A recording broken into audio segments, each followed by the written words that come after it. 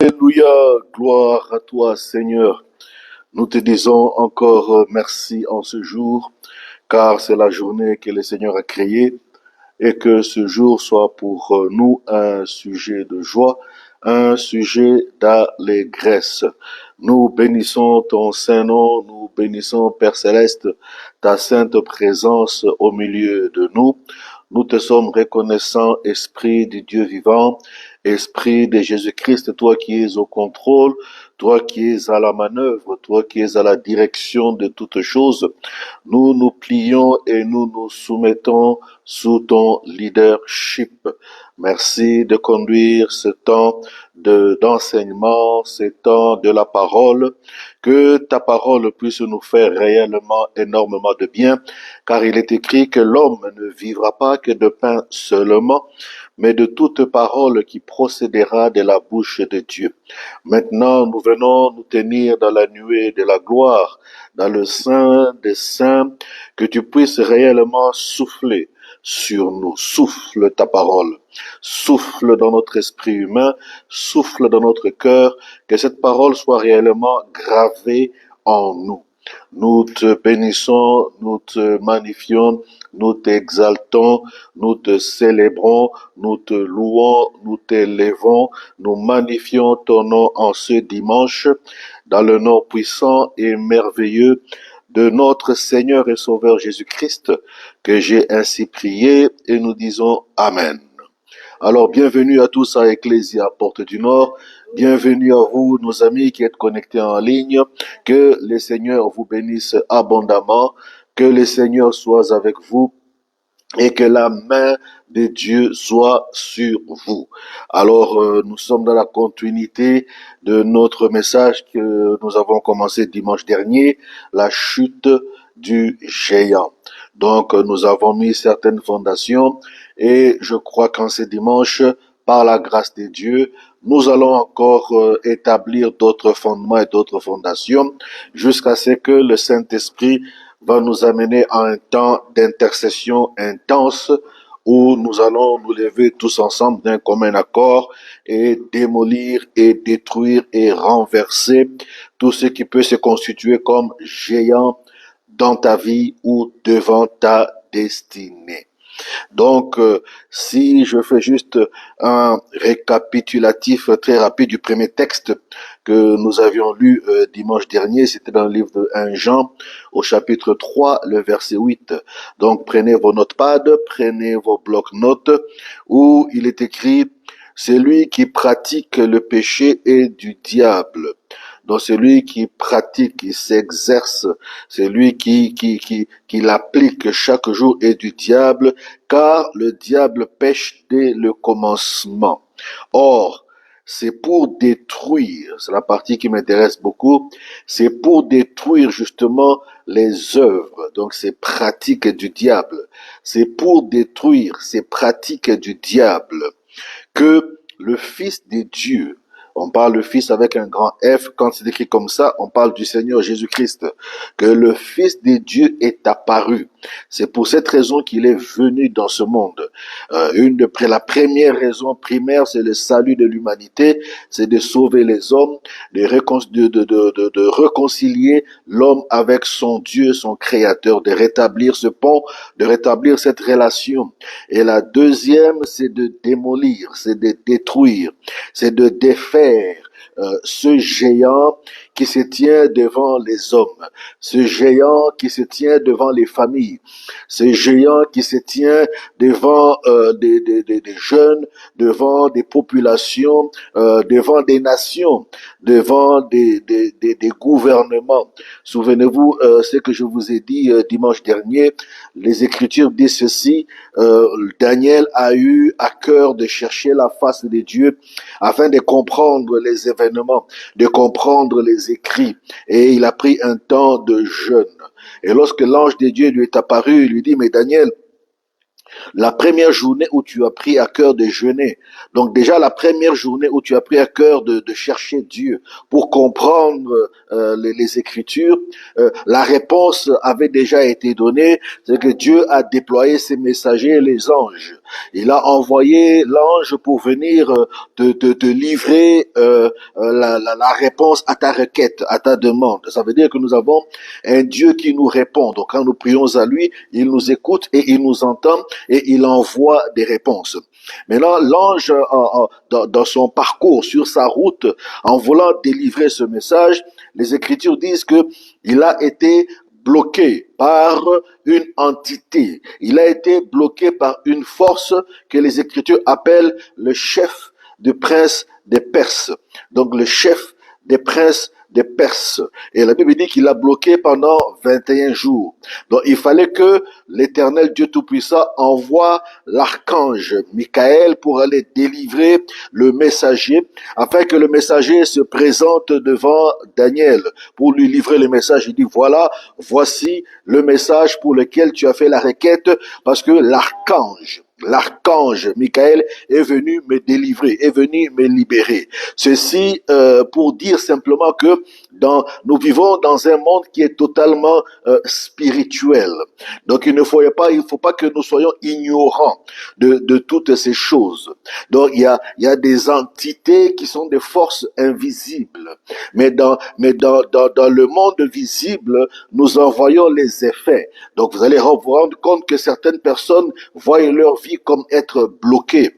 Certaines personnes se voient comme étant limitées. Donc ce sont des forces qui créent des limites économiques, des limites sociales, des limites sanitaires, des limites familiales, toute une famille qui est totalement décimée, toute une famille qui est totalement limitée, toute une génération qui n'arrive pas à avancer, des gens qui ont des diplômes, qui ont fait des grandes études, mais qui ne produisent pas de grands résultats. Donc généralement, il y a des entités, ce sont des forces, ce sont ces géants. C'est pour ça que l'Esprit de Dieu, en ces jours, nous parle de ce géant qui doit chuter.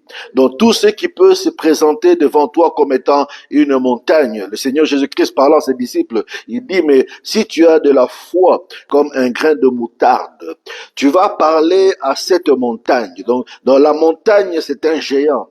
Donc, parce que la montagne, quand on la voit devant, imaginez-vous devant l'Himalaya, devant le Kilimandjaro, je parle seulement de ces montagnes-là, c'est tellement grand, c'est tellement immense que pour grimper jusqu'au sommet, ça demande des efforts extraordinaires. Donc, ce sont des géants qui s'érigent devant la vie des gens, devant la vie des familles, devant la percée des gens, devant l'avancement des gens, devant la réussite.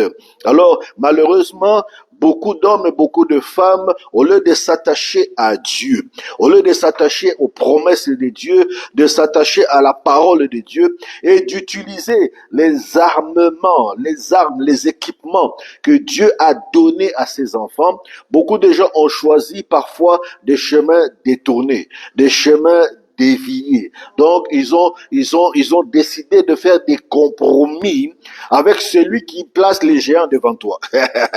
Donc, ils font des compromis. Mais ce n'est pas ton cas. Et ce n'est pas mon cas. Ce n'est pas notre cas. Nous sommes du bon côté. Josué dit, moi et ma famille, nous avons choisi. Vous aussi faites votre choix. Nous, on a choisi de s'attacher à Dieu et de servir l'Éternel Dieu Tout-Puissant. Vous aussi faites votre choix. Mais en ce jour où nous sommes en train de parler de ces géants, nous avons vu plusieurs versets, nous avons parlé de plusieurs choses et nous allons encore poursuivre parce que je crois que nous étions arrêtés au niveau du livre de Luc. Luc 8, par rapport au démoniaque de Gadara, le Gadaréen, disant que il a été lié, un individu, en lui se retrouvaient des milliers de forces démoniaques. Et ces milliers de forces démoniaques servaient les hommes d'affaires de la ville. Et il fallait délivrer ce jeune garçon pour que l'évangile, la bonne nouvelle soit prêchée dans 10 décapoles. C'est ce que la Bible dit, dans les décapoles. Donc quand Jésus l'eut délivré et qu'il est revenu à lui-même, qu'il a mis ses vêtements, il est resté dans la ville et il a commencé à annoncer ce que Jésus-Christ a fait dans sa vie, et beaucoup sont venus à Dieu. Donc aujourd'hui, le Seigneur a trop de choses. Donc là, je continue maintenant la suite. J'ai juste fait un portrait très rapide de ce qui a été dit dimanche dernier. Donc si vous voulez le suivre, allez sur Facebook, vous allez sûrement trouver le message qui est disponible. Le Seigneur a trop de choses à dire à ce sujet, car le monde est sous l'empire du malin. Ce monde ici est sous l'empire. D'autres personnes disent l'emprise du malin. Donc il y a un esprit de mal, un esprit de mal. La jalousie, c'est un mal. La haine, c'est un mal. Nous, dans la génération, quand nous avions grandi, nous ne connaissions pas des choses comme l'empoisonnement. Mais nous vivons dans une génération où aujourd'hui, pour un rien, les amis s'empoisonnent entre eux. Ouh, quelle horreur! Parce qu'il y a une forme de jalousie, parce que Dieu a béni X, parce que Dieu a fait grâce à Y, et le cœur des personnes s'alourdit. Et les gens commencent à se haïr, les familles sont des gens deviennent des traîtres, des frères entre eux, des sœurs entre eux. Même dans l'église, il y a la traîtrise. Dans l'église, il y a la rivalité. Dans le monde, il y a la rivalité. Les gens sont prêts à s'entretuer, à enlever la vie humaine. La vie humaine. Vous voyez à quel niveau ces forces agissent. Donc enlever la vie humaine devient normal, ce qui est horrible. Avant d'entrer dans le fond de ce sujet, regardons encore d'autres caractères des Écritures. Donc nous sommes dans le livre de Genèse.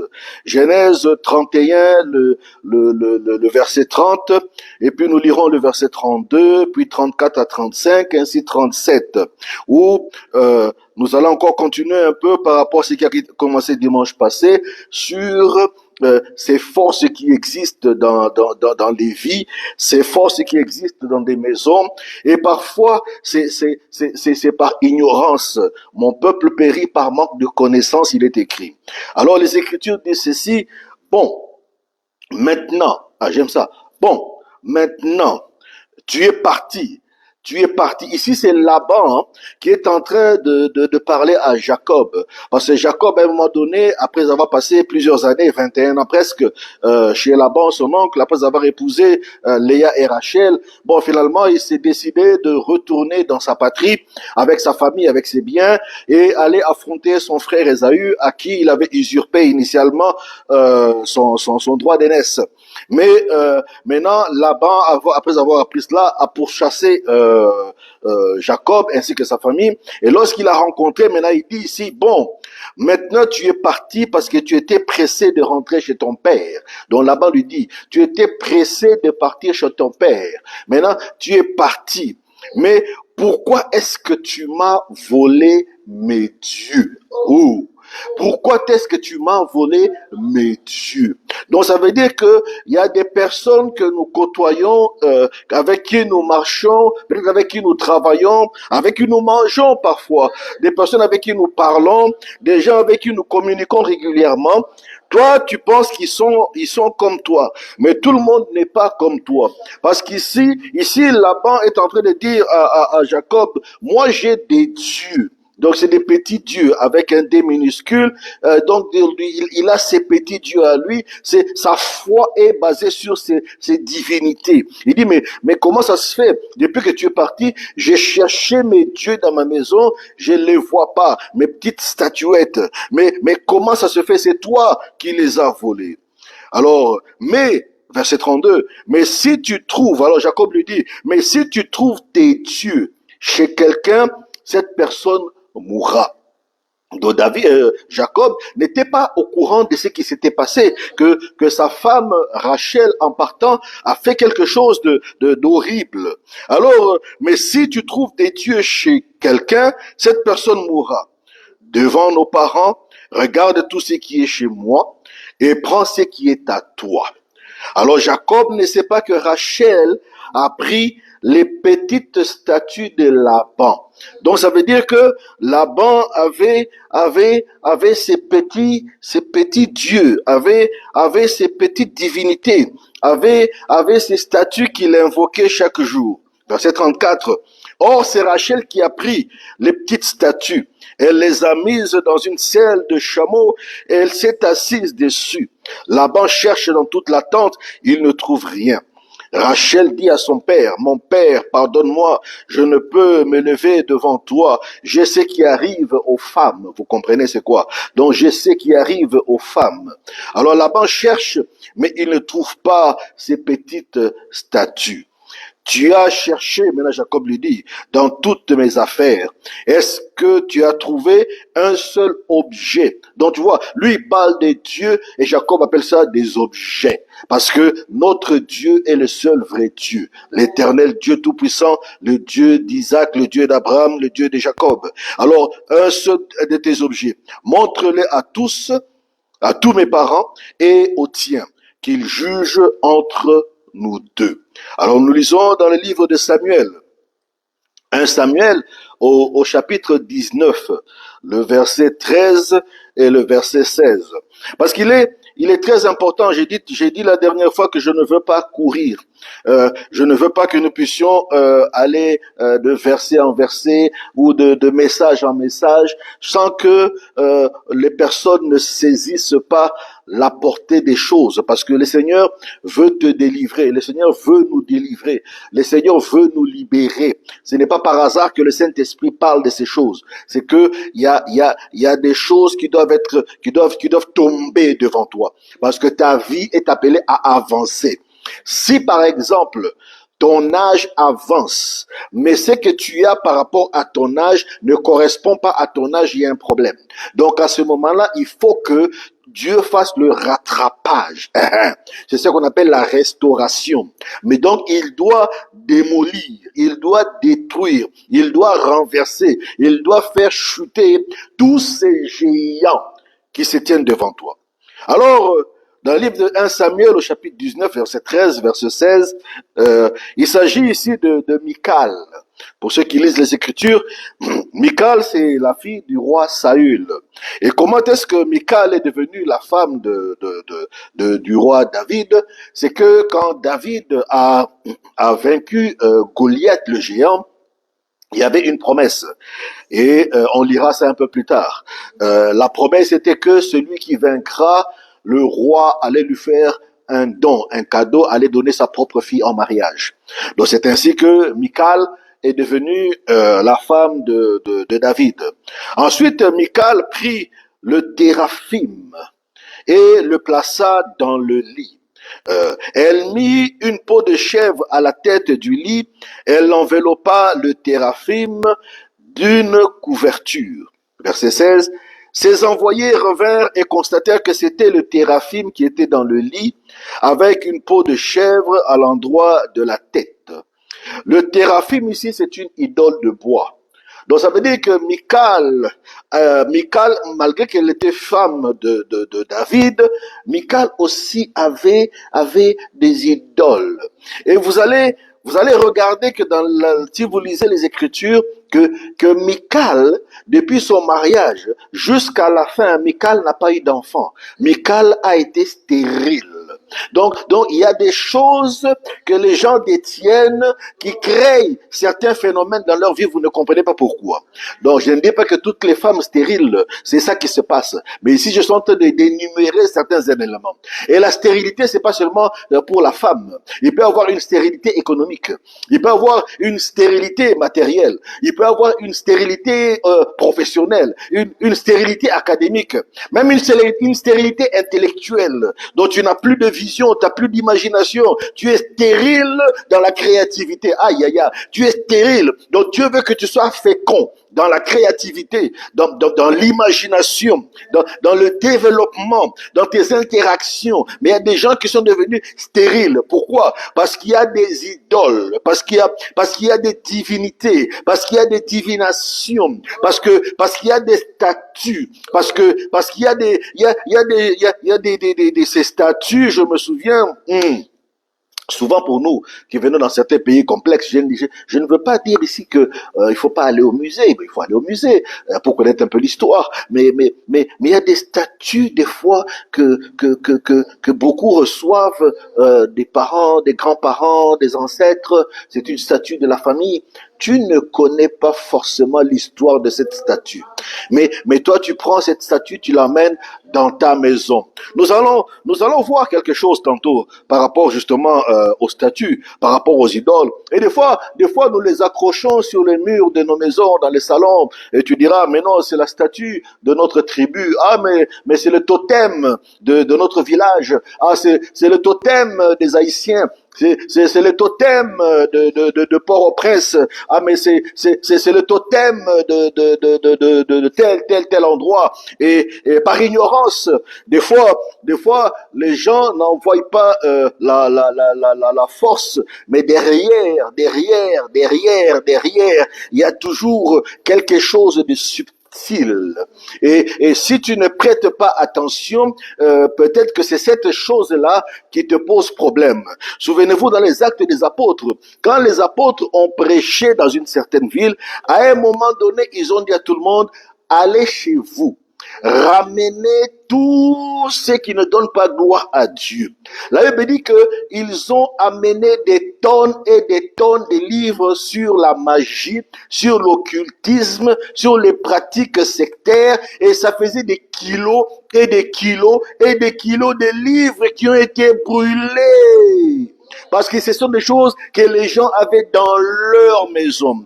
Eux ne connaissaient pas que ces choses-là étaient contre eux. Donc, il y a certainement des choses que peut-être que tu détiens dans ta maison. Il y a des choses que tu as peut-être héritées de ta famille. Il y a des choses qui peut-être, je ne dis pas qu'il faut tout jeter, mais il faut avoir du discernement. Il faut présenter toutes choses à Dieu. Alors, les téraïm, c'est une idole. Donc, Michal, qui était fille de Saül, donc Michal avait son idole. Ici, cette histoire, c'est que Saül voulait tuer en fait David, et David a décidé de fuir quand elle a été informée par sa femme. Et pour couvrir que David avait fui par la fenêtre, Michal a pris cette statue, a mis dans le lit, et elle a créé des formes de cheveux avec des peaux de chèvre. Et lorsque les gens de Saül sont rentrés dans la maison, ils ont dit non, mais David est malade. Ils ont vu quelque chose d'alité couvert sous le lit. Ils pensaient que c'était le corps de David. Mais après, quand ils ont enlevé les draps, ils se sont rendus compte que c'était ce totem. C'était évidemment cette idole. C'est là l'histoire. Mais ça nous révèle que dans cette maison-là, il y avait une idole qui était adorée par Michal. Parce que nous savons que David, c'est l'homme selon le cœur de Dieu. Donc ces choses-là, il n'était pas dedans. Mais sa femme, elle adorait. Et je vais encore ouvrir une autre parenthèse. Peut-être qu'on enterrera cela un peu plus loin. L'homme le plus sage, l'homme qui a été sage, l'homme qui a écrit des livres de sagesse, il s'appelle Salomon. Et quand vous regardez que quand Salomon a commencé son règne, là il dit que Dieu lui est apparu à Gabaon. Et à Gabaon, dans une vision nocturne, Dieu lui a dit, demande-moi ce que tu veux. Et il a demandé de la sagesse. Et Dieu lui a donné, plus que la sagesse, une grande fortune. Et là, il dit qu'il n'y a pas eu un roi aussi fortuné, aussi riche que lui, aussi prospère. Dieu lui a donné. Mais quand il a pris des concubines, il a pris des femmes, 300 femmes et 700 concubines. Parmi ces femmes, il y avait des femmes des nations comme l'Égypte. Alors ces femmes sont venues avec leur Dieu. Et alors, à la fin de sa vie, le roi Salomon, le grand sage qui a vu Dieu, qui a parlé à Dieu, qui devait normalement avoir une succession après lui, a commencé à adorer les dieux de ces femmes. Et il a mal fini sa vie. Salomon a fini sa vie presque malade avec des pieds enflés. Donc, comprenez que il y a des choses pour lesquelles il ne faut pas jouer avec. Ce sont des géants. Je ne sais pas à qui je m'adresse dans ce message. Je ne sais pas pourquoi le Seigneur nous emmène dans cette direction. Mais il y a certainement des choses que nous devons lâcher, que vous devez lâcher, que vous devez vous départir. S'il faut les jeter à la poubelle, eh bien, mettez-les à la poubelle. S'il faut les brûler, eh bien, brûlez-les. S'il faut vous en départir, vous avez des gens. Des fois, ils ont des amulettes sur le bras. Des fois, ils ont des amulettes autour de la taille. Des fois, ils ont des amulettes autour du pied. Vous allez demander, mais cette affaire-là, c'est quoi? Non, c'est ma mère qui me l'a donné. Non, c'est mon grand-père, c'est ma grand-mère. Ça a des origines. Mais la signification, mais le sens de ce que tu mets, tu ne sais pas c'est quoi. Et ce sont des choses qui lient beaucoup de gens. Alors, le livre de Luc, chapitre 18, le verset 8, le Seigneur Jésus-Christ parle, dit, je vous dis que bientôt, maintenant Jésus se demande, les choses, il dit bientôt, je vous dis que bientôt, il les vengera. Mais quand le Fils de l'homme reviendra, parce que Jésus revient, nous disons tous que Jésus revient. Maintenant, il est en train de poser une réflexion, il pose la réflexion à son époque déjà. Parce que les gens font beaucoup de compromis aujourd'hui. Les gens ont érigé des géants eux-mêmes par ignorance. Des gens ont eu des géants qui leur étaient imposés, et des gens ont des géants de famille, des traditions, de coutumes, de cultures, et les gens ont toutes sortes de géants qu'ils ont peut-être reçus par le parcours académique, par l'école, parce qu'à l'école, vous savez, on apprend beaucoup de choses. Et les gens reçoivent beaucoup de choses. Les professeurs communiquent beaucoup de choses. Donc, le Fils de l'homme viendra. Pensez-vous qu'il trouve de la foi sur la terre? Est-ce que quand il viendra, il y aura encore des hommes qui vont totalement s'attacher à Dieu, qui vont croire que Dieu est capable, qui vont croire que Dieu est capable de les délivrer, qui vont croire que Dieu est capable de les libérer, qui vont croire que Dieu est capable de les élever, qui vont croire que Dieu est capable d'opérer dans leur vie, qui vont croire que Dieu est capable de libérer toute une famille, que Dieu peut libérer toute une nation, Dieu peut libérer toute une ville, Dieu peut libérer tout un pays, Dieu peut libérer tout un continent, que Dieu peut les utiliser, que Dieu peut détruire tout ce qui était transgénérationnel, que Dieu peut arrêter une malédiction, que Dieu peut arrêter des plaies, arrêter des choses qui ont amené des souffrances de père, de mère, de fils, de souffrances, et de souffrances, et de souffrances, que Dieu a le pouvoir, la capacité. Mais il dit, pensez-vous, parce que le monde ici, c'est un monde rempli de compromissions. Beaucoup de gens font des compromis.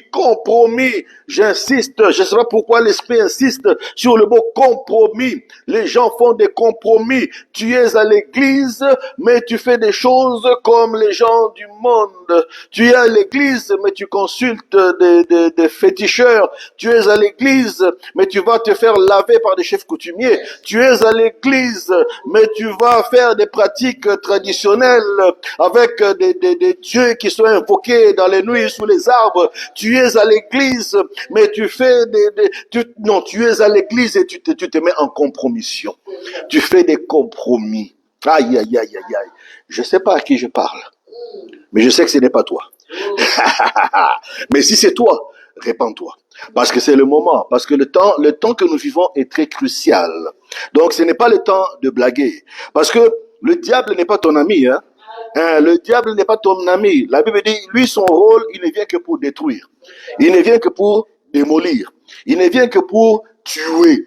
Il vient pour égorger. Donc lui, c'est un meurtrier. Donc il n'a pas pitié de toi. Il s'en fout de toi. Il s'en fout de ton mari ou de ta femme. Il s'en fout de tes enfants. Il s'en fout de tes sœurs et de tes frères. Il s'en fout de ton père et de ta mère. Il s'en fout de ton pays. Il s'en fout des peuples. Lui, il démolit. Il détruit. Pourquoi? Parce qu'il ne veut pas aller seul en enfer. C'est sa place. Lui a déjà été jugé. Alors le Seigneur Jésus se demande, dans ce monde où les gens font beaucoup de compromis, c'est ça, où les gens cherchent à gagner vite, ils veulent gagner vite en prenant des chemins détournés. Beaucoup veulent que leur business aille vite. Beaucoup veulent que leurs enfants arrivent vite. Beaucoup veulent assumer des grandes fonctions vite. Beaucoup veulent avoir un compte bancaire qui gonfle vite. Beaucoup veulent avoir des belles voitures vite. Beaucoup veulent avoir des belles maisons vite. Ce n'est pas mauvais, c'est bien, mais parce que c'est Dieu qui bénit. Mais beaucoup de gens, à cause de cette avidité, oui, l'avidité, l'envie, voilà, l'envie d'avoir, l'envie de posséder, l'envie de montrer. Ce n'est pas divin, l'envie de montrer, l'envie to show, on dit en anglais. Alors cette envie pousse les gens à faire des compromis. Les hommes vont-ils toujours continuer à obéir à ma parole? Là, Jésus dit, vont-ils continuer à obéir à ce que j'ai dit? Vont-ils continuer à obéir aux écrits? Vont-ils continuer à obéir aux commandements de Dieu? Alors là, nous chutons maintenant dans la suite d'aujourd'hui. Le Saint-Esprit, dans un premier cas, nous a permis d'identifier et de reconnaître ces géants. Donc, on a identifié dans plusieurs aspects les géants qui s'érigent devant toi pour t'intimider, d'aller de l'avant, ou même d'oser d'accomplir des choses nouvelles. Donc le géant, quand il se présente devant toi, il t'intimide. Donc il y a des familles qui sont tout à fait intimidées. Il y a personne qui peut sortir la tête de l'eau de la famille. Il y a personne qui a jamais réussi. Il y a personne qui a jamais même touché $1000 par exemple. Il y a personne dans la famille pour qui même $500 c'est un rêve. Là je parle juste des petits montants. Je veux parler dans des gros montants. Donc il y a des gens qui vivent juste, c'est une utopie, c'est pas possible. Donc ils sont intimidés d'aller de l'avant, intimidés de oser, intimidés de se lancer en affaires, intimidés de créer ses propres entreprises, intimidés, ou même d'oser d'accomplir des choses nouvelles. Voici une bonne nouvelle en ce dimanche pour celui ou celle qui croit en Christ et qui est entièrement soumis à son leadership. Croire en Christ et entièrement, totalement soumis, esprit, âme et corps, totalement soumis au leadership du Christ. Ceux qui sont conduits par l'Esprit de Dieu sont des fils de Dieu. Donc les fils sont conduits par l'Esprit. Il est écrit dans le livre de Actes des Apôtres au chapitre 10, le verset 38, c'est un verset que nous connaissons bien. Et nous allons voir ce que les apôtres nous disent. Vous savez comment, mais là il nous rappelle, il dit, vous savez comment Dieu, donc c'est Dieu lui-même, c'est le Dieu créateur, comment Dieu a répandu la puissance de l'Esprit Saint sur Jésus. Dieu a répandu sur Jésus une puissance. Ce n'est pas n'importe laquelle, c'est la puissance de l'Esprit. Donc, c'est la puissance à l'état brut. La puissance à elle-même, la vraie puissance. Il a répandu sur Jésus de Nazareth. Maintenant, Jésus est passé partout à cause de cette puissance que Dieu a répandue. Cette puissance-là a mené partout en faisant du bien. Jésus, donc, la puissance de Dieu l'amenait à faire du bien. Le bien, c'est renverser les géants. Le bien, c'est libérer des familles. Le bien, c'est guérir les malades. Le bien, c'est délivrer les gens. Le bien, c'est chasser les démons. Le bien, c'est chasser toutes les forces négatives. Le bien, on a vu ces démoniaques qui avaient une légion, 6000 démons en lui, une légion, 6000 dans un corps, dans un individu, il a 6000 esprits. Maintenant, comment vous pouvez imaginer que 6000 esprits, dont une légion, habitent dans le corps de quelqu'un? Ben, alors, cette personne-là est comment? C'est un monstre. C'est pour ça qu'on l'appelle le démoniaque de Gadara. C'est un monstre. Donc, le diable avilit les gens. Donc, alors, Jésus est venu délivrer ce démoniaque. De la même façon, aujourd'hui, il te délivre. Jésus est passé partout faisant du bien.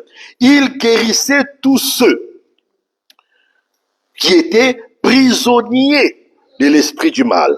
Donc, il y a des gens qui sont prisonniers de l'esprit du mal. prisonniers de l'ivrognerie, prisonniers de la pornographie, prisonniers de toutes sortes de vices, prisonniers de l'immoralité, prisonniers du mensonge, prisonniers du vol, prisonniers de la tricherie, prisonniers de l'arnaque. Il y a des pays où je ne veux pas les citer, les gens sont devenus comme spécialistes de l'arnaque. Même dans ta propre famille, on t'arnaque. Moi, je ne comprends pas ça. Tes propres frères, tes propres sœurs, tes oncles, tes tantes, ils t'arnaquent. Mais c'est quoi ce problème? Qu'est-ce qui se passe avec vous? Donc, les gens sont prisonniers. Donc, il y a une force. Il y a un géant qui prend le contrôle de ces gens-là. Donc, eux, ils ne savent même pas ce qu'ils font. Ils n'ont même pas leur sens, complètement perdu. Alors, je vous demande pas de deviner c'est quoi ce pays, mais c'est un pays qui existe. Il y a d'autres aussi qui existent, où les gens sont prisonniers de l'esprit du mal, où il y a des meurtres, où il y a des assassinats, où des jeunes enfants sont tués, où des femmes sont abattues, où le féminicide est tellement élevé, où le taux de suicide est tellement grand, des jeunes qui se suicident, où toutes sortes de calamités, toutes sortes de maladies, toutes sortes de problèmes, toutes sortes de vices. C'est quoi ce mal? Ce sont des forces pour avilir le destin, pour avilir la destinée, pour avilir l'avancement. Donc, des fois, il y a des accidents même dans ton corps. Tu te demandes, mais attends, pourquoi cet accident maintenant? C'est un accident qui peut juste ralentir ta vie, ralentir tes activités, ralentir ce que tu fais. Ils veulent détruire tes mains parce que les mains, c'est le signe de la productivité. Ils veulent détruire tes pieds parce que c'est le signe de l'avancement. Quand tes pieds sont détruits, tu deviens atrophié, tu deviens handicapé, tu ne peux plus avancer, tu dois rester assis. Ah, j'ai dit que tu ne serais pas assis, ça ne peut pas t'atteindre, ça ne peut pas te toucher. Ce géant-là, il va tomber. Le géant va chuter. Le géant va chuter. J'ai dit au nom de Jésus, quel que soit ce géant qui va se présenter devant toi, il va chuter. Parce que Dieu était avec lui. Dieu est avec nous. Il faut que Dieu soit avec toi. Pas les divinités, pas les divinations. Tu ne peux pas servir Dieu et Maman en même temps. Soit tu sers Dieu, soit tu sers tes divinités. Donc il faut faire le choix.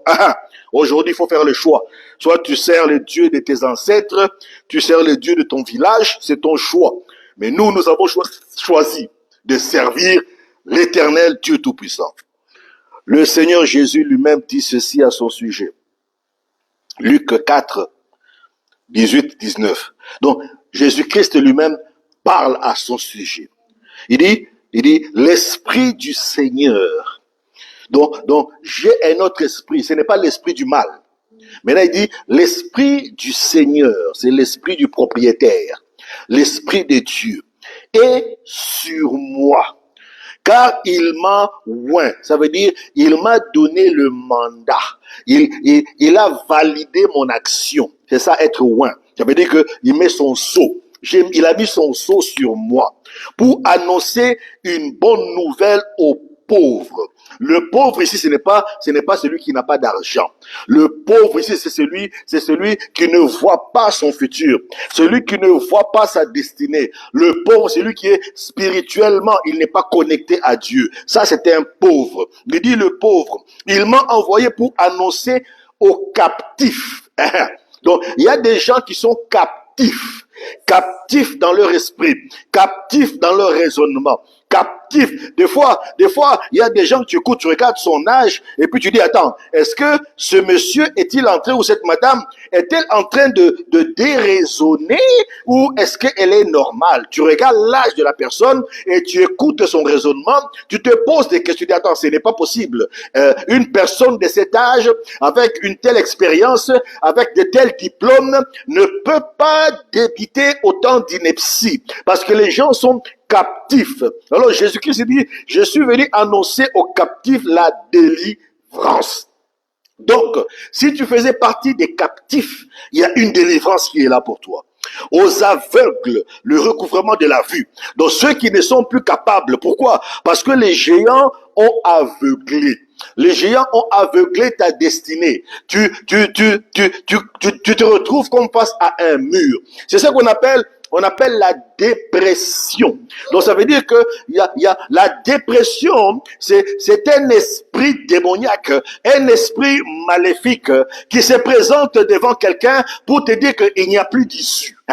Le diable, c'est un menteur. Le géant, c'est un menteur. Donc, beaucoup de gens dépriment, beaucoup de gens oppriment, beaucoup de gens suppriment, beaucoup de gens déclinent. Pourquoi? Parce que la dépression, c'est ce géant qu'on appelle dépression, il vient diminuer la pression de ta pensée. Tu n'es plus capable de raisonner, tu n'es plus capable de voir les occasions, les opportunités, les portes de secours devant toi. Mais Jésus, quand il est venu renverser le géant de la dépression afin que tu sois capable de voir au-delà. Par rapport, pour apporter la liberté aux opprimés, il y a des gens qui sont opprimés dans les pensées, opprimés dans les finances, opprimés dans le travail, opprimés dans la société, opprimés dans la vie, opprimés, déprimés, comprimés, supprimés. Donc là-dedans, vous êtes là-dedans, opprimés. Donc c'est des esprits, c'est des géants qui oppriment des nations, qui oppriment des villes, qui oppriment parce que tu es originaire d'une telle tribu. Cette tribu-là est opprimée. Ah, je ne fais pas de politique, j'ai dit, c'est la parole de Dieu. Opprimé, hein? Parce que tu as une couleur de peau qui ne ressemble pas à une couleur autre. En Dieu, il n'y a pas de couleur parce que Dieu est esprit. Donnez-moi la couleur de Dieu. Celui qui connaît la couleur de Dieu peut m'expliquer. Il n'y a pas de blanc, il n'y a pas de noir. Il n'y a pas de rouge, il n'y a pas de vert. Il n'y a pas d'orange. En Christ, nous sommes tous égaux. Les enfants de Dieu sauvés par la grâce de Dieu. Donc, il est venu délivrer ceux qui sont opprimés. Il y a des situations qui sont opprimées. Il y a des mariages qui sont opprimés. Il y a des vies, des femmes qui sont opprimés, il y a des hommes qui sont opprimés, il y a des enfants qui sont opprimés. Ah, à qui je m'adresse? Tout le monde est opprimé. La chute du géant. Le géant doit tomber. Ce géant de ta famille doit tomber. Ce géant qui t'empêche d'aller de l'avant doit tomber. Parce que tu dois passer. Tu dois passer. J'ai dit, tu dois passer. J'ai dit, tu dois passer. Le géant s'est présenté devant Job. Mais la Bible dit que la deuxième vie de Job. Ah, donc nous avons un Dieu qui donne la deuxième vie. Donc la deuxième vie de Job. Donc si tu pensais que c'était fini pour toi, notre Dieu, c'est un Dieu qui est capable de recommencer ta vie à zéro. Il va te donner une autre vie. Ah, l'Éternel est capable. Il a le pouvoir. Il a la puissance malgré ton âge avancé. Lui ne regarde pas l'âge. Même à 50 ans, même à 60 ans, même à 90 ans, même à 100 ans, mon Dieu est capable de faire quelque chose d'exceptionnel avec toi. Tu n'es pas en retard. Ne promène pas des regards inquiets à gauche, à droite, pensant que tes amis ou les gens avec qui tu as grandi ont réussi. Là, il me dit, ne regarde pas ceux qui réussissent selon leur propre intelligence, mais compte sur Dieu. Ah, heureux l'homme qui se confie en Dieu. Il est comme un arbre planté près des courants d'eau, dont les racines sont enfouies dans la profondeur. Mais les feuilles de ces arbres, des branches sont toutes vertes en tout temps. Et il porte du fruit en sa saison. Malheur à l'homme qui se confie dans l'homme. Tu ne peux pas placer ta confiance dans un homme. Place ta confiance en Dieu. L'Esprit du Seigneur est sur moi, car il m'a oint pour annoncer une bonne nouvelle aux pauvres. Il m'a envoyé pour annoncer aux captifs la délivrance, aux aveugles le recouvrement de la vue, pour apporter la liberté aux opprimés et proclamer une année de faveur accordée par Dieu. Dieu t'accorde la faveur. Il t'accorde la faveur. Un jour, peut-être que je prêcherai sur la faveur. Vous savez c'est quoi la faveur? Dieu t'accorde la faveur, une année de faveur. 2026 est pour toi une année de faveur. C'est quoi la faveur? La faveur, c'est l'accès au cœur des hommes. Ça veut dire que les hommes qui te détestent, ça veut dire que les hommes qui te haïssent, ils vont te faire du bien, eux-mêmes ne savent pas pourquoi ils te font du bien. C'est ce qui s'est passé en Égypte. Les Égyptiens ont opprimé les Israélites pendant 430 ans. Mais lorsque le temps était arrivé pour les Israélites de quitter, quand la délivrance est arrivée, la Bible dit que Dieu a permis que les Égyptiens puissent faire faveur ou grâce aux Israélites. Et ils leur ont donné des biens précieux, des bijoux, de l'or, toutes sortes de biens. Donc ils sont partis, ils étaient pauvres hier, ils sont partis riches aujourd'hui. C'est ça qu'on appelle la faveur. Donc Jésus est venu proclamer 2026, une année de faveur.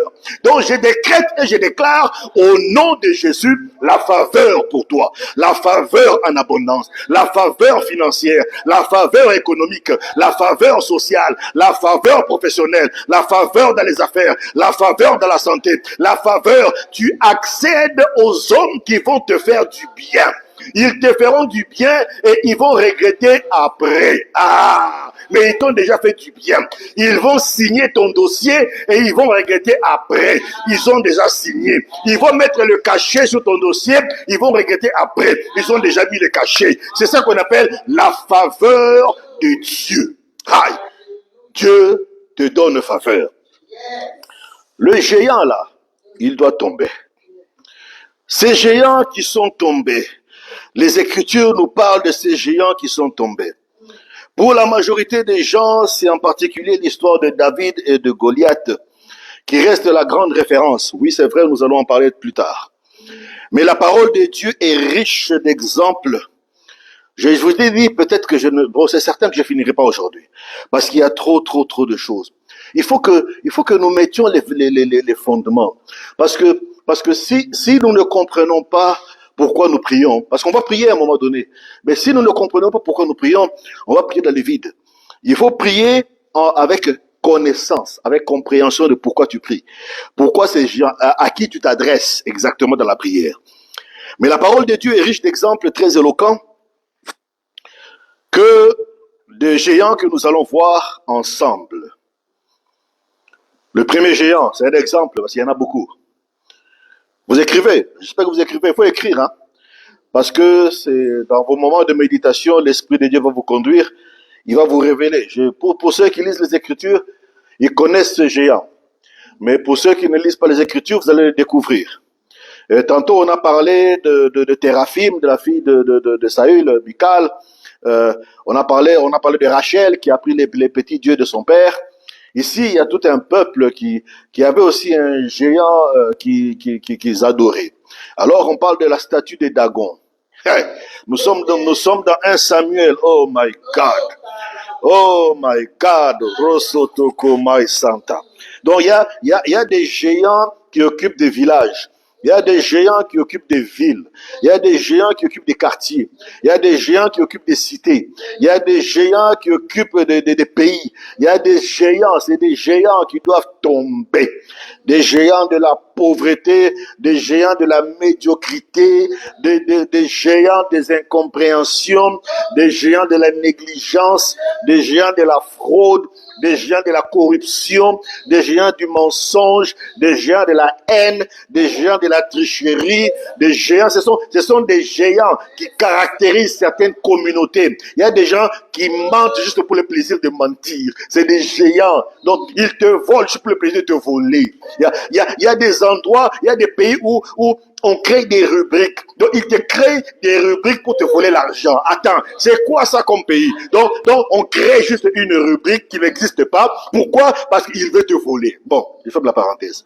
Alors, dans 1 Samuel au chapitre 5, le verset 1 à 4 et le verset 6 à 11, je suis là Martin. Alors, or les Philistins prirent l'arche. Donc, ils ont saisi l'arche de Dieu. Oh, les Philistins ont pris l'arche. Les Philistins, ce sont les ennemis de Dieu. Mais ils ont pris l'arche. L'arche, c'était le symbole. Et c'est le symbole de la présence de Dieu. Maintenant, ils ont pris ce symbole-là, parce que dans l'ancienne alliance, Dieu a donné un symbole à Israël. Et ce symbole, c'est l'arche. Donc là où se trouvait l'arche, c'est là que se trouvait la présence de Dieu. Maintenant, ils ont pris cette arche-là, ils l'ont amenée chez eux. Donc, ils ont pris l'arche de Dieu, ils l'ont amenée chez eux. Ils l'ont amenée dans leur village. Ils l'ont amenée dans leur maison. Ils l'ont amenée dans leur cité, dans leur quartier. Ils l'ont amenée dans leur ville. Ils l'ont amenée dans leur bureau. Ils l'ont amené dans leur travail. Ils l'ont amené, donc quel que soit le domaine, ils l'ont amené dans leur business. Ils l'ont amené dans leur marché. Donc, ils ont amené l'arche de Dieu. C'est une erreur monumentale d'amener la présence de Dieu dans certains endroits. Alors, ils ont amené cette arche. Ils l'amenèrent d'Eben-Ezer à Asdod. Donc, ils l'ont amené dans la ville qu'on appelle Asdod. Les Philistins donc prirent l'arche. Maintenant, ils prennent l'arche. Ils l'amènent dans la maison, au lieu de trouver un endroit spécifique. Maintenant, eux, ils l'amènent dans la maison de Dagon. Et donc, leur Dieu qui s'appelle Dagon avait une maison. Donc, toute la ville, tout le peuple allait pour adorer ces dieux-là dans cette maison, comme nous avons l'église qui est la maison de prière, la maison de Dieu, qu'on appelle Bethel. Alors c'est ici la maison de Dieu. Maintenant, ils prennent la présence de Dieu, ils l'amènent dans la maison de leur petit Dieu qui s'appelle Dagon. Et la posèrent auprès de Dagon. Donc, ils prennent leur Dieu, leur statue, ils prennent leur totem et ils le mettent là. Et puis, ils prennent l'arche qui est la présence de Dieu, ils le mettent à côté de Dagon. Mais la Bible dit que dans tout l'univers, il n'y a pas d'autre Dieu. L'Éternel seul est Dieu. Il n'y a pas Dieu dans le ciel, il n'y a pas un autre Dieu sur la terre. Non, l'Éternel est Dieu. Dans les cieux, sur la terre et sous la terre, il est Dieu. Il n'a pas d'adversaire. Il existe par lui-même. Près de lui, il n'y a pas de Dieu. Lui, il n'a pas de commencement, il n'a pas de fin. Il est l'alpha et l'oméga. Donc, en lui se trouve tout. Il est le créateur de tout. Il est la source de tout. Maintenant, ces gens-là ont fabriqué un Dieu avec les mains humaines. Donc, un Dieu qui a des faiblesses. Si un homme fabrique quelque chose, il n'y a rien de parfait. Car la perfection est en Dieu, pas dans l'homme. Maintenant, ils ont fabriqué leur Dagon. Et ils ont créé une maison pour ces Dagon. Maintenant, ils prennent l'arche de Dieu. Ils l'amènent de la maison de Dagon. Et le lendemain, les gens de Asdod, les Asdodiens. Je ne sais pas qui sont ces Asdodiens. Les Asdodiens qui sont devant toi. Les Asdodiens qui sont dans ton pays. Les Asdodiens qui sont dans ta famille. Il y a des Asdodiens. Des gens qui adorent Dagon. Des Asdodiens qui sont dans ton quartier. Des Asdodiens dans ta ville. Il y a des Asdodiens dans ton travail. Les gens qui ferment des gouttes pour que toi tu ne passes pas de poste. Ce sont des Asdodiens. Les Asdodiens, à cause de ta race, ils veulent te bloquer. Ce sont des Asdodiens. Des Asdodiens qui te bloquent parce que toi, tu portes un nom qui ne ressemble pas au nom de ce pays. Mais ils ne savent pas que c'est Dieu qui est avec toi. Ce sont des Asdodiens. Alors, les Asdodiens s'étant levés de bon matin, voici que Dagon était tombé. Dans la nuit là, l'Éternel a fait tomber Dagon. Il a fait tomber, j'ai dit que la chute du géant. Donc, Dagon est tombé le visage contre terre. Maintenant, ça veut dire que en adoration. Donc, leur Dieu s'est prosterné. Donc, leur Dieu s'est prosterné. Parce que l'Éternel seul est Dieu. Il n'y a pas un autre Dieu que l'Éternel Dieu Tout-Puissant. Donc, le géant des Asdodiens, il s'est prosterné visage contre terre devant l'arche de Dieu. Mais ils prirent. Alors, ils n'ont pas compris. Ils ont pris encore Dagon. Ils ont relevé Dagon. Quel est ce Dieu que les hommes peuvent relever? Quel est ce Dieu que les humains peuvent aider? Parce que personne ne peut aider l'Éternel. Personne ne peut donner conseil à Dieu. Personne ne peut dire à Dieu quoi faire. Il existe par lui-même. Personne ne lui donne conseil. Il a tout créé par lui-même. Il a suspendu la terre dans le vide. Il n'y a aucun humain qui l'a aidé. Il dit à Job, est-ce que toi tu connais la maison où se trouve la lumière? Si tu connais la route qui amène à la maison de la lumière, montre-moi ça. Comment tu connais l'eau, les eaux? Comment les eaux d'un enfant se forment dans le sein d'une femme? Explique-moi ça un peu. Donc tu ne connais pas. Maintenant, eux, ils ont leur Dieu, leur petit Dieu Dagon. Dagon tombe face contre terre pour adorer l'arche. Mais ils n'ont pas compris. Ils prirent Dagon et les remirent à sa place. Donc, les Asdodiens, ils trouvent leur Dagon et ils les remettent à sa place. Ils disent, c'est pas possible. Il y a quelque chose qui s'est passé dans la nuit. C'est ce qui se passe maintenant. Donc, les géants là, parce que la présence de Dieu est ici. Le géant là qui était devant toi est déjà en train de se prosterner devant la présence de Dieu. Alors, le verset 4, il dit, ils se levèrent encore le lendemain. Donc ça veut dire le jour d'après de bon matin. Ça veut dire eux, tous les matins, ils se réveillaient pour aller dans cette maison-là pour adorer leur petit Dagon. Maintenant, ils ont fait l'erreur de mettre le vrai Dieu dans la présence des Dagons. La première fois, il est tombé. Maintenant, la seconde fois, la deuxième fois, voici que Dagon était tombé le visage contre terre devant l'arche de l'alliance. Vous voyez? Première fois, il est tombé. Dieu l'a fait tomber. Et ils l'ont relevé.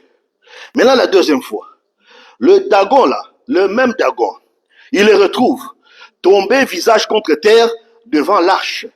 Maintenant, pour que Dieu leur montre qu'il est Dieu, sa tête et les paumes de ses mains, il les a coupés. Hey! Donc, il a coupé la tête de Dagon. Il a coupé les mains de Dagon. Donc, il a coupé le raisonnement du géant.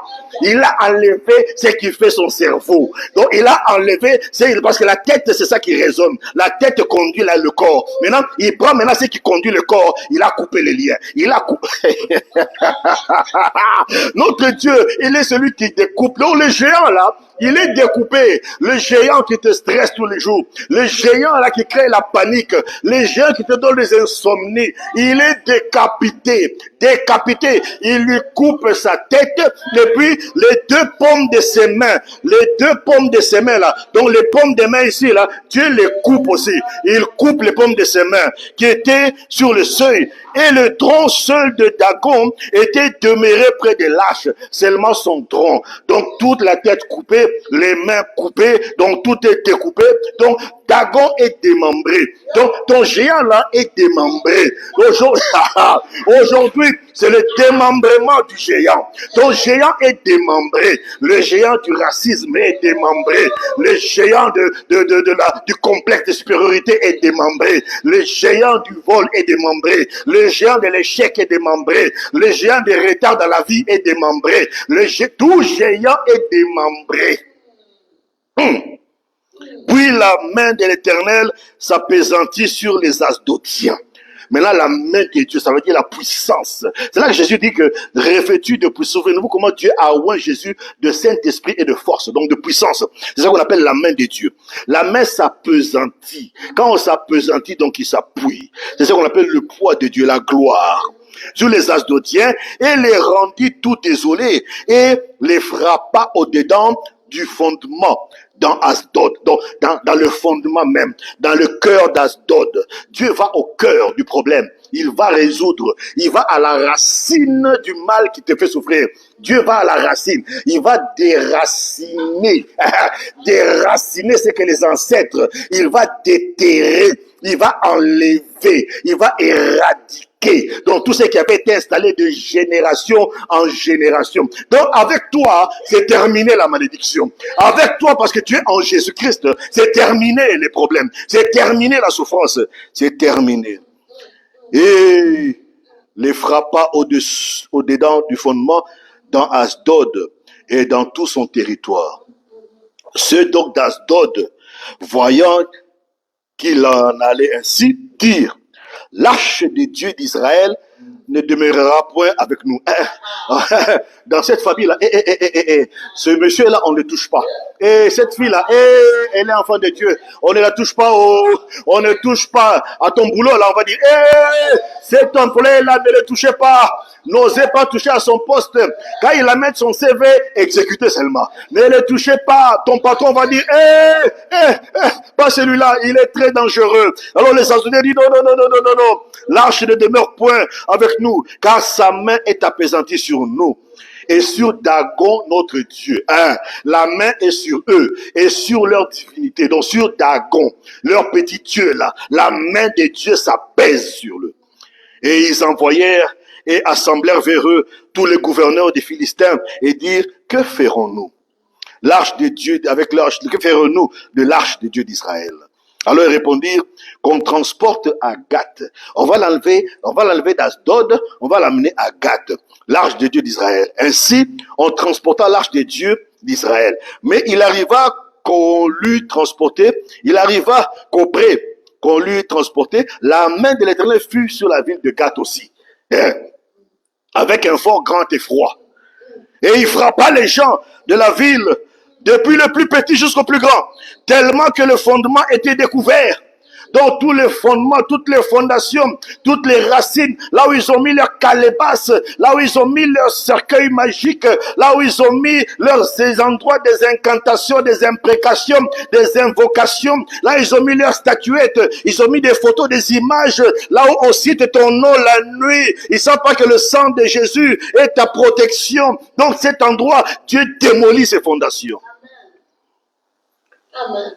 Ils envoyèrent donc l'arche. Alors, ils ont eu tellement peur de ce fondement était découvert. Alors, ils envoyèrent l'arche de Dieu à Écron. Ils disent, Gath dit, Asdod dit, non, on la voit à Gath. Gath dit, ici là, envoyez-le à Écron. Or, l'arche de Dieu est entrée à Écron. Ceux d'Écron s'écrièrent en disant, ils ont fait détourner vers nous.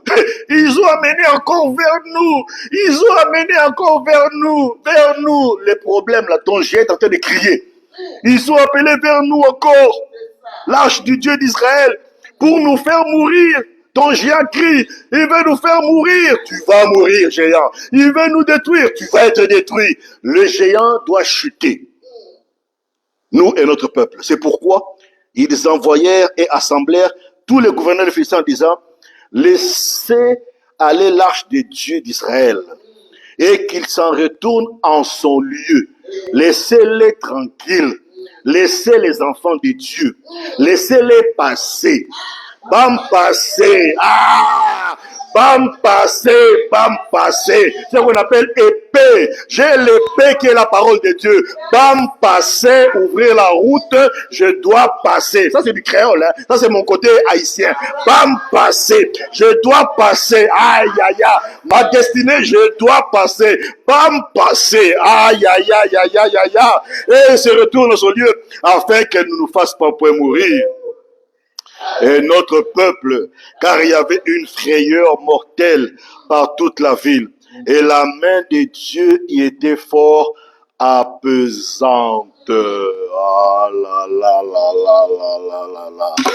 Ah, bam passé. Le géant là, je ne sais pas quel est ton géant. Dis à ton géant, bam passé. Je vais passer. Dis-lui que je passe. Ah. Dis à ces géants-là de la pauvreté, tu t'es trompé, tu es venu en retard, bam, passé. Tu dis à tes géants-là de la maladie, maladie, tu t'es trompé. Mon corps ici, c'est le temple du Saint-Esprit. Là où est l'Esprit de Dieu, là se trouve aussi la liberté. Bam, passé. Tu dis, je ne mourrai pas, mais je vivrai. Je raconterai les merveilles de Dieu. Ah, tu dis, avec Dieu, nous sommes la majorité. Avec Dieu, je cours vers une troupe nombreuse et j'ai franchi des murailles. Ah, David dit, moi, pendant que moi j'ai recours à Dieu dans la prière, et ils ont médité à me faire du mal. Ah, mon Dieu change le mal en bien. Aïe, aïe, aïe, aïe, aïe. Moi, bam, passé. Le géant tombe. La chute du géant. Ce n'est pas fini. Dimanche prochain, on continue encore. Par la grâce de Dieu. Que Dieu vous bénisse. Que Dieu bénisse sa parole.